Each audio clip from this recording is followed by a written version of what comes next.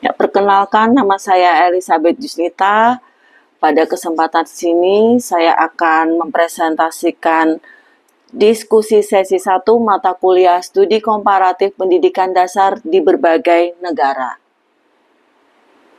Pada pertanyaan pertama adalah, menurut Anda, apakah masalah pendidikan dan hasil penelitian dalam artikel tersebut juga terjadi di lingkungan atau sekolah Anda? Jika ya, apakah ada persamaan ataukah perbedaan? Jika tidak, jelaskan alasannya.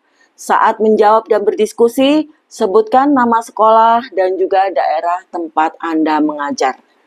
Saya bekerja di SD Katolik Yosudarso Balikpapan Barat, dan deskripsi tempat mengajar saya terletak di pinggiran kota Balikpapan yang kebetulan dikelilingi oleh pengeboran kilang minyak Pertamina.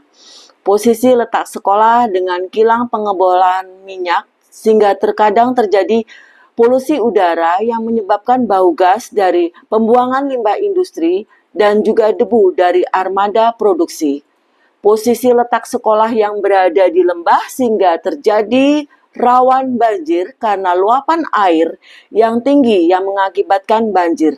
Tak jarang juga ketika KBM terganggu karena adanya curah hujan yang tinggi masuk ke dalam kelas sehingga mengganggu proses KBM, dan tak jarang kegiatan belajar mengajar itu harus dibubarkan dan siswa pulang ke rumah. Keadaan mendidik dan tenaga pendidikan di sekolah saya, banyak guru yang mengikuti P3K setelah mengajar lebih dari 5 menit, sehingga posisi guru sering datang dan pergi. Ketika guru tersebut sudah cakap, boleh dikatakan sudah memiliki 4 kompetensi guru, yaitu pedagogik, kepribadian, sosial, dan profesional, pada akhirnya harus resign karena diterima di sekolah lain. Hal ini menyebabkan kami harus menerima guru yang tidak memiliki kualifikasi yang linear. Guru kurang memiliki kesadaran dalam menerapkan 5S dan juga kedisiplinan. Di dalam jurnal telah dijelaskan bahwa guru adalah faktor penting dalam kedisiplinan. Kemudian sistem penggajian yang jauh-jauh di bawah UMR dan tidak adanya tunjangan kesejahteraan dari yayasan mengakibatkan guru kurang bersemangat dan tidak bisa menggali potensinya dan juga kreativitasnya. Dari sarana dan prasarana, masih kurangnya kesadaran dari warga sekolah untuk memenuhi fasilitas sekolah, sehingga barang yang sudah dibeli acap kali cepat hilang. Yang paling sering itu alat olahraga dan juga alat kebersihan. Perpustakaan sekolah yang belum dikelola dengan baik, inventarisasi pencatatan buku yang kurang tertib, dan juga buku yang ada di perpustakaan tidak dapat dikelola dengan baik sehingga banyak yang hilang. Sekolah saya adalah sekolah milik yayasan, tetapi kurang adanya peduli dari yayasan dan sarana prasarana kita hanya bersumber dari dana BOS. Keterlibatan orang tua yang masih kurang, dalam arti kurangnya pendampingan orang tua di rumah, sehingga sering kali siswa tidak mengerjakan PR, terlambat masuk ke sekolah. Proses pendidikan dalam hal ini kedisiplinan tidak dapat berjalan dengan baik. Dan jumlah siswa yang ada di sekolah saya ada sekitar 300 siswa. Dalam artikel 1.1, membangun kualitas pendidikan di Indonesia dalam mewujudkan program Sustainable Development Goals, beberapa masalah utama untuk meningkatkan kualitas pendidikan di Indonesia meliputi kesenjangan akses dan kualitas pendidikan. Terdapat perbedaan signifikan dalam akses dan kualitas pendidikan antara wilayah perkotaan dan pedesaan, serta antara daerah maju dan daerah tertinggal. Hal ini menyebabkan ketidakmerataan dalam pencapaian pendidikan. Kualitas guru dan tenaga kependidikan. Masih terdapat guru yang belum memenuhi standar kualifikasi yang diharapkan. Pelatihan dan pengembangan profesional yang berkelanjutan juga diperlukan untuk meningkatkan kualitas pengajaran. Infrastruktur dan fasilitas pendidikan banyak di sekolah daerah terpencil yang kekurangan fasilitas dasar seperti ruang kelas yang layak, peralatan belajar, dan akses teknologi. Kurikulum yang relevan. Penting untuk memastikan bahwa kurikulum yang diajarkan sesuai dengan kebutuhan zaman dan juga mempersiapkan siswa untuk menghadapi tantangan global. Pendanaan pendidikan, alokasi anggaran yang tidak merata, dan terbatasnya dana untuk sektor pendidikan dapat pula menghambat upaya peningkatan kualitas pendidikan. Kesejahteraan guru juga menjadi salah satu faktor yang menyebabkan rendahnya kualitas dari seorang pendidik. Rendahnya prestasi siswa karena terbatasnya sarana dan prasarana, kualitas pendidikan, kesejahteraan guru, dan kurangnya keterlibatan dari orang tua. Mahalnya biaya pendidikan. Tagihan pendidikan yang dibayar itu tidak seimbang dengan jumlah rata-rata penghasilan masyarakat. Dalam artikel 1.2, analisis dampak pembangunan infrastruktur pendidikan terhadap peningkatan akses dan kualitas pendidikan anak-anak di wilayah pedesaan.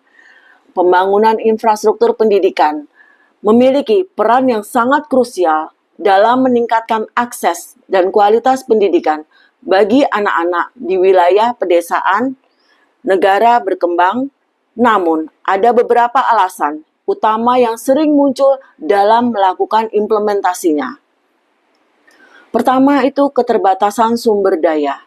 Wilayah pedesaan sering menghadapi keterbatasan anggaran dan sumber daya manusia yang terlatih untuk membangun dan memelihara infrastruktur pendidikan yang memadai. Aksesibilitas dan distribusi. Kondisi geografis yang sangat menantang, seperti medan yang sulit dijangkau, dapat menghambat distribusi material dan pembangunan fasilitas pendidikan. Hal ini menyebabkan ketimpangan akses antara daerah perkotaan dan juga daerah pedesaan. Kualitas infrastruktur. Banyak sekolah di pedesaan memiliki fasilitas yang kurang memadai, seperti ruang kelas yang tidak layak, kurangnya peralatan belajar, dan juga terbatasnya akses teknologi. Keterbatasan tenaga kependidikan. Kurangnya guru berkualitas dan distribusi tenaga pendidikan yang tidak merata menjadi hambatan yang sangat serius bagi perkembangan pendidikan di wilayah pedesaan. Partisipasi masyarakat. Kurangnya keterlibatan masyarakat lokal dalam perencanaan dan pelaksanaan proyek infrastruktur pendidikan dapat mengakibatkan ketidaksesuaian dengan kebutuhan dan juga konteks lokal. Evaluasi dampak terbatas. Seringkali evaluasi terhadap pembangunan infrastruktur pembangunan pendidikan tidak dilakukan secara komprehensif sehingga sulit mengukur efektivitas dan manfaat jangka panjang. Masalah-masalah tersebut memerlukan pendekatan yang sangat holistik yang melibatkan perencanaan yang strategis, partisipasi aktif masyarakat, serta dukungan kebijakan dan pendanaan yang memadai untuk memastikan bahwa pembangunan infrastruktur pendidikan benar-benar meningkatkan akses dan kualitas pendidikan di Indonesia. Saya membuat kesimpulan dari dua artikel tersebut adalah kedua artikel tersebut menyoroti bahwa akses dan kualitas pendidikan di wilayah pedesaan menjadi tantangan yang sangat besar dalam mewujudkan pendidikan yang merata dan berkualitas. Kesenjangan infrastruktur, tenaga kependidikan, dan sumber daya menjadi faktor yang utama yang menghambat pencapaian pendidikan yang setara bagi semua siswa. Oleh karena itu, diperlukan kebijakan yang komprehensif, perencanaan yang matang, serta evaluasi berkelanjutan agar pembangunan pendidikan benar-benar berdampak positif bagi masyarakat pedesaan.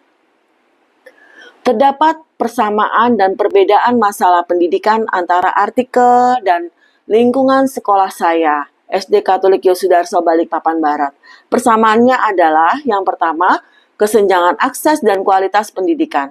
Seperti dalam artikel pertama, SD Katolik Yosudarso tempat saya juga menghadapi tantangan dalam kualitas pendidikan, terutama dalam kondisi geografis yang rawan banjir yang kadang mengganggu proses kegiatan belajar mengajar. Ketika banjir, kegiatan belajar mengajar sudah tidak bisa dilakukan. Artikel kedua juga menyoroti bagaimana kondisi lingkungan berdampak pada aksesibilitas pendidikan, mirip dengan tantangan lokasi sekolah yang dekat dengan kilang minyak dan juga sering terkena polusi. Kualitas guru dan tenaga kependidikan. Pada artikel disebutkan bahwa kualitas tenaga pendidikan itu menjadi kendala, terutama terkait pelatihan dan kesejahteraan. Di SD Katolik Yosudarso, banyak guru yang keluar karena setelah diterima di sekolah lain, menyebabkan sering terjadi pergantian guru dan kurangnya kualifikasi linier pada tenaga kependidikan. Kesejahteraan guru. Artikel pertama menyoroti rendahnya kesejahteraan guru sebagai faktor rendahnya kualitas pendidikan. Di SD Katolik Yosudarso, sistem gaji di bawah UMR, tidak adanya tunjangan dari yayasan juga mengurangi semangat dan kreativitas guru dalam mengajar.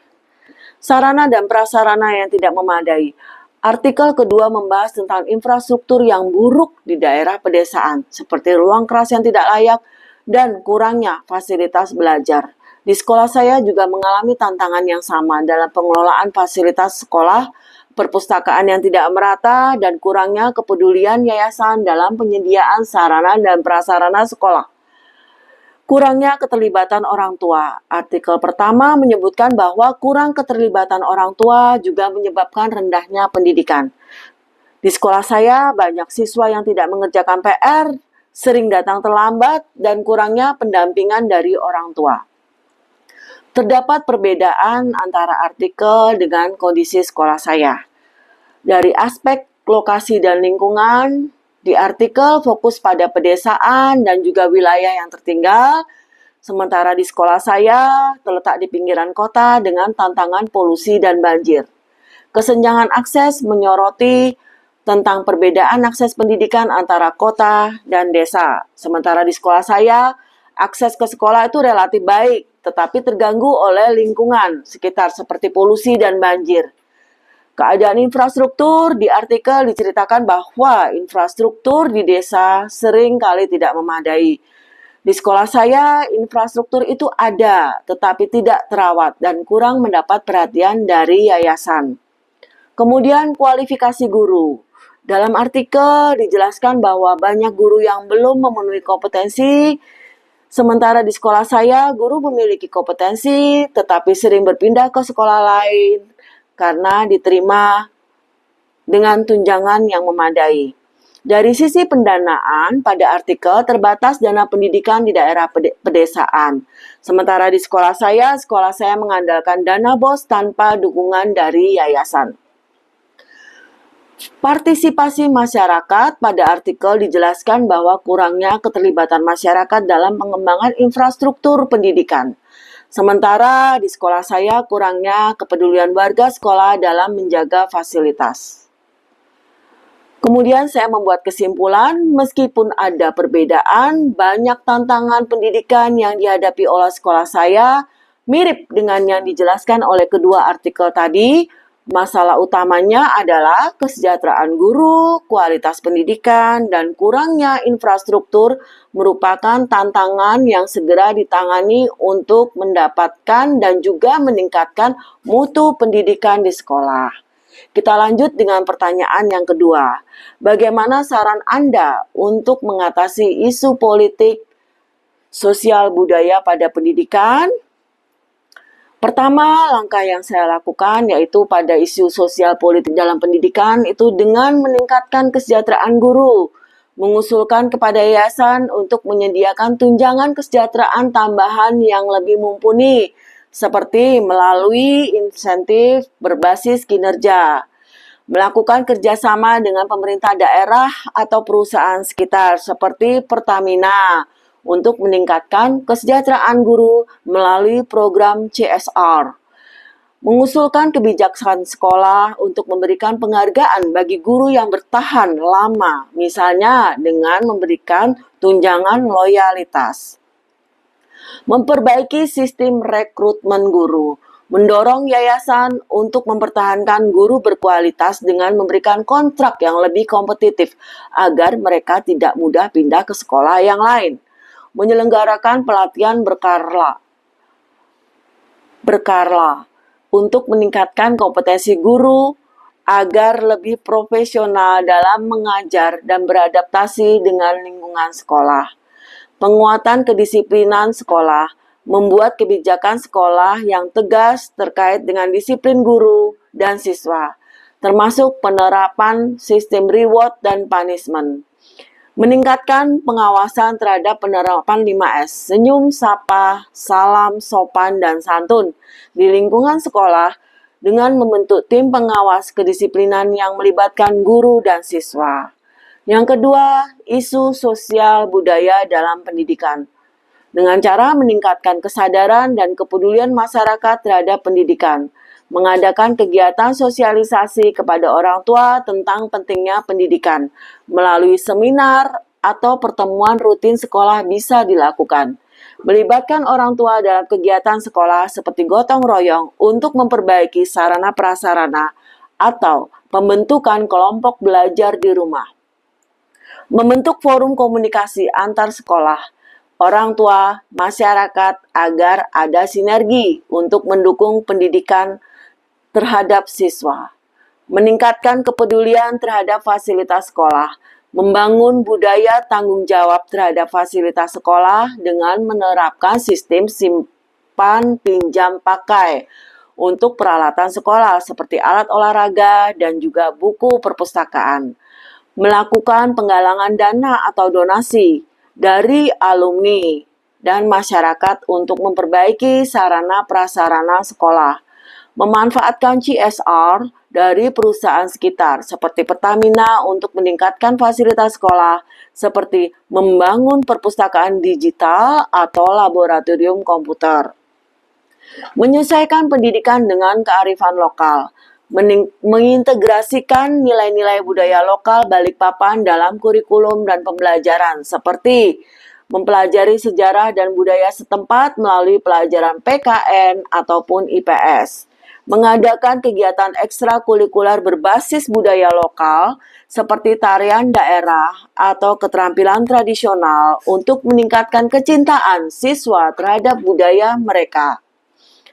Mengurangi dampak lingkungan pada pembelajaran, mengusulkan kerjasama dengan pihak terkait untuk mengatasi polusi udara di sekitar sekolah, seperti meminta penghijauan di sekitar lingkungan sekolah dari CSR perusahaan atau bisa juga dari Dinas Pemukiman dan Pemakaman.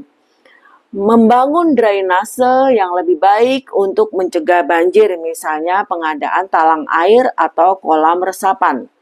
Menyusun jadwal pembelajaran alternatif jika terjadi gangguan banjir seperti menggunakan platform digital atau pembelajaran berbasis proyek.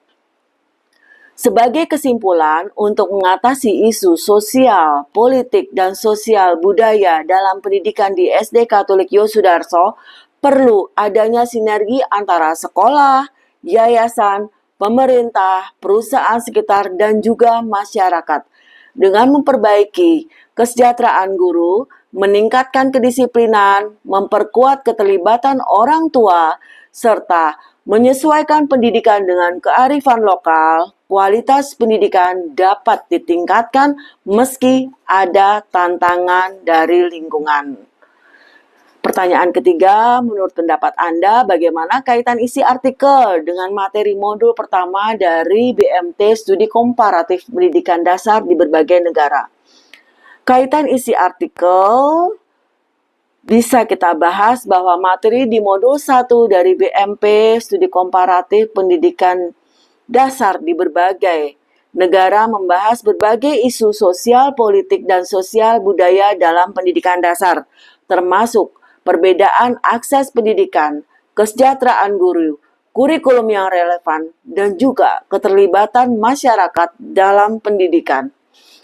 Isi artikel yang dibahas memiliki kesamaan dengan permasalahan yang ada yang dapat dijelaskan di modul, terutama terkait dengan akses dan kualitas pendidikan, keterbatasan infrastruktur, serta pengaruh kebijakan sosial dan politik terhadap pendidikan dasar. Kaitan dengan isu sosial politik dalam pendidikan dasar, pendidikan dasar dapat dipengaruhi oleh kebijakan pemerintah dan sistem politik yang berlaku, kesenjangan akses dan juga kualitas pendidikan. Dalam artikel pertama menyoroti bahwa akses pendidikan di Indonesia masih belum merata, terutama pada daerah perkotaan dan pedesaan. Modul 1 juga membahas bagaimana negara mengalami kesenjangan pendidikan akibat dari distribusi anggaran yang tidak merata. Di sekolah saya, keterbatasan infrastruktur dan juga dampak lingkungan seperti banjir, polusi, mencerminkan tantangan akses yang berupa dengan kondisi yang banyak terjadi di negara berkembang. Kualitas dan kesejahteraan guru. Dalam modul 1 dijelaskan bahwa kesejahteraan guru itu akan mempengaruhi motivasi dan profesionalitas dalam mengajar. Hal ini juga terjadi di SD Katolik Yosudarso di mana gaji yang rendah, kurangnya kuota tunjangan membuat guru berpindah sekolah sehingga sering menghambat kesinambungan kualitas pengajaran. Dalam banyak negara maju seperti Finlandia, Jepang, kesejahteraan guru menjadi prioritas sehingga guru lebih loyal dan kualitas pendidikan lebih dapat stabil. Pendanaan pendidikan dan kebijakan pemerintahan.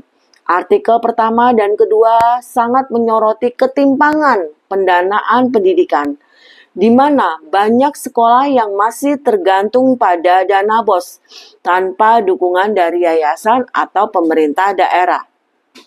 Pada modul 1 membahas bagaimana negara-negara dengan sistem pendidikan yang baik memiliki kebijakan pendanaan yang jelas dan berkelanjutan, sementara di negara berkembang seringkali dana pendidikan masih terbatas dan tidak merata. Yang kedua kaitannya dengan isu sosial budaya dalam pendidikan dasar. Partisipasi masyarakat dalam pendidikan. Dalam modul itu sudah dijelaskan bahwa di beberapa negara seperti Jepang, Korea Selatan, keterlibatan orang tua dalam pendidikan sangat tinggi, sehingga kedisiplinan siswa dan kualitas pembelajaran meningkat. Artikel menyoroti kurangnya keterlibatan orang tua di sekolah saya yang menyebabkan rendahnya kedisiplinan siswa, kurangnya dukungan dalam pembelajaran di rumah. Kurikulum yang relevan dengan kearifan lokal. Pada modul 1 itu sangat ditekankan tentang pentingnya kurikulum yang sesuai dengan kebutuhan sosial budaya masyarakat, seperti penerapan pendidikan berbasis nilai-nilai lokal.